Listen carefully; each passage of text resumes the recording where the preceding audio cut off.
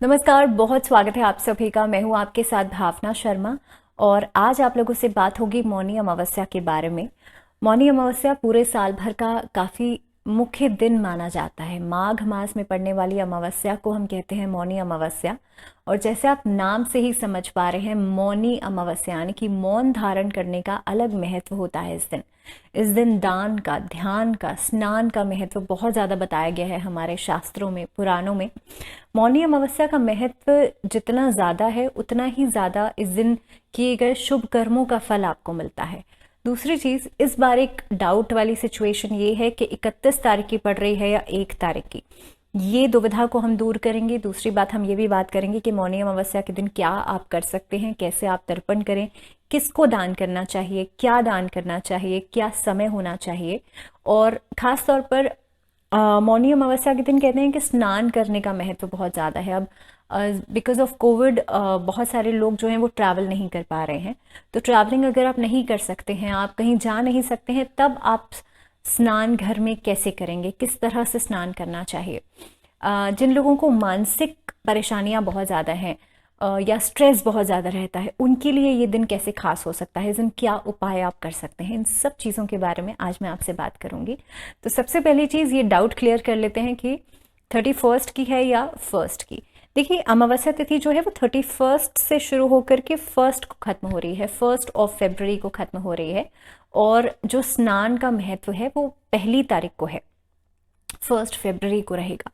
और दान जो है वो आप 31 तारीख को भी कर सकते हैं और 1 तारीख को भी कर सकते हैं। तो जो योग बन रहा है वो 1 फरवरी को बन रहा है, यानी कि तर्पण का जो दिन रहेगा वो 1 फरवरी का ही माना जाएगा। अब 1 फरवरी को मंगलवार का दिन है। आप जानते हैं कि अमावस्या तिथि जब मंगलवार के दिन पड़ जाती है तो उसे भौमवती अमावस्या भी कहा जाता है। तो यहाँ पर दो दो चीज़ें आ गई हैं। एक तो भौमवती अमावस्या, दूसरी चीज़ मौनी अमावस्या। तो अपने आप में ये दिन खास हो गया है। अब 1 फरवरी को आप क्या दान कर सकते हैं, कैसे दान कर सकते हैं और तर्पण कैसे करना चाहिए। तो सबसे पहली चीज़ तो आप जानते हैं कि अपने पितरों के निमित्त जो तर्पण किया जाता है वो दोपहर के समय पर 12 बजे के आसपास लगभग जो है वो किया जाता है। और कोशिश आपको ये करनी चाहिए, क्योंकि माघ का महीना है, तिल का महत्व बहुत ज़्यादा होता है। तिलों से आप तर्पण ज़रूर करें, तिलों का इस्तेमाल ज़रूर करें तर्पण करते समय।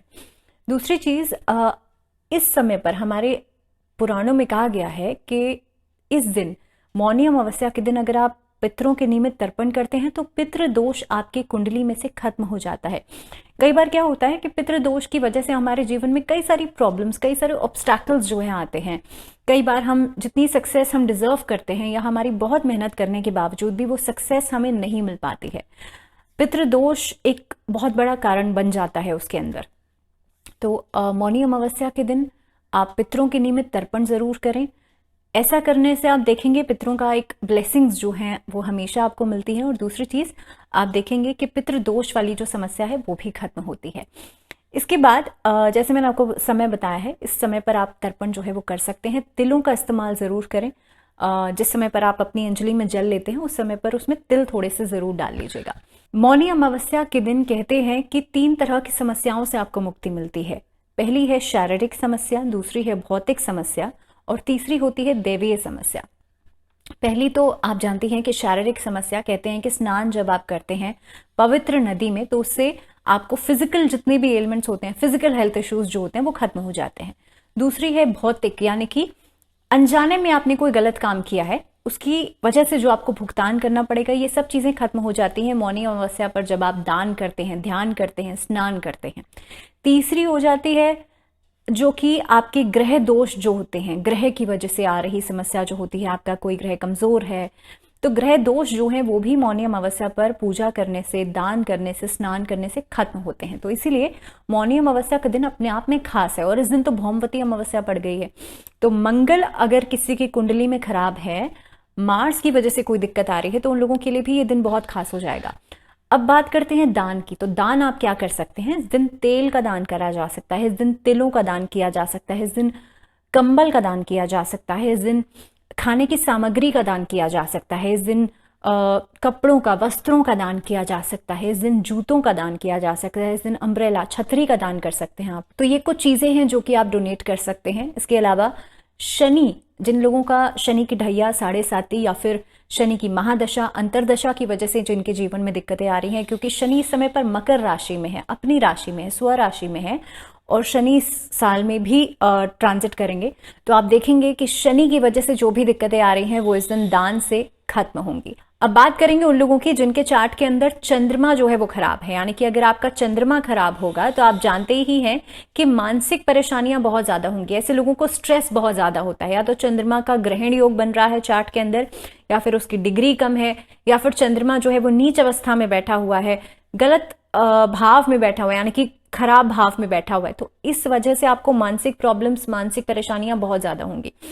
ऐसी स्थिति के अंदर आपको मौनी अमावस्या के दिन सफेद चीजों का दान करना चाहिए। आप चीनी, चावल, दूध, सफेद वस्त्र, इन चीजों का दान जरूर करें। अब बात करते हैं कि स्नान करने का महत्व इतना ज्यादा क्यों है। पहली चीज तो माघ का महीना एक ऐसा महीना होता है, कहते हैं इस महीने के अंदर भगवान विष्णु का वास पानी के अंदर, जल के अंदर माना जाता है। इसीलिए पवित्र नदियां जितनी बताई गई हैं, जैसे कि गंगा जी हैं, यमुना जी हैं, तो जो संगम तीर्थ है, जिसे तीर्थों का राजा माना जाता है, वहां जाकर के स्नान करना, जहां 3 नदियों का संगम होता है, वहां जाकर के स्नान करना बहुत ज्यादा फलदायी माना जाता है। लेकिन अब क्योंकि कोविड है, आप जा नहीं सकते, ट्रैवल नहीं कर सकते, तो आप इस समय पर क्या करेंगे, हर किसी के घर में गंगा जल जरूर होता है। गंगा जल थोड़ा सा नहाने के पानी में मिलाइए, उसमें थोड़े से तिल जरूर मिलाइए।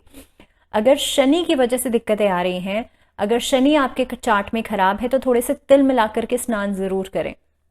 दूसरी चीज, अगर आपके चार्ट में चंद्रमा खराब है तो थोड़े से व्हाइट फ्लावर्स मिलाकर के स्नान जरूर करें। अगर आपके चार्ट में सूर्य कमजोर है तो इस दिन आपको ये कोशिश करनी चाहिए, थोड़े से लाल पुष्प डाल करके आप स्नान जरूर करें, या फिर थोड़ा सा रोज वाटर डाल करके आप स्नान जरूर करें।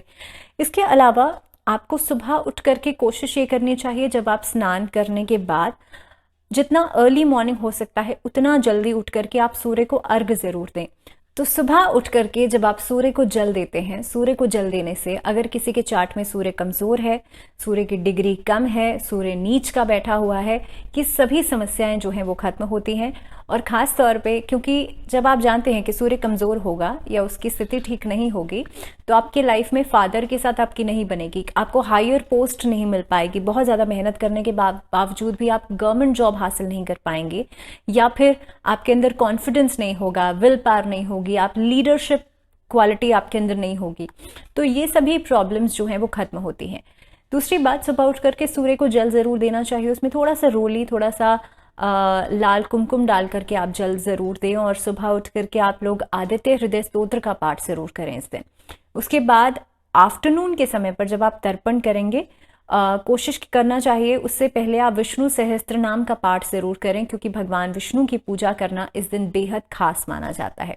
तो मौनी अमावस्या का दिन भगवान विष्णु की पूजा के लिए खास होता है।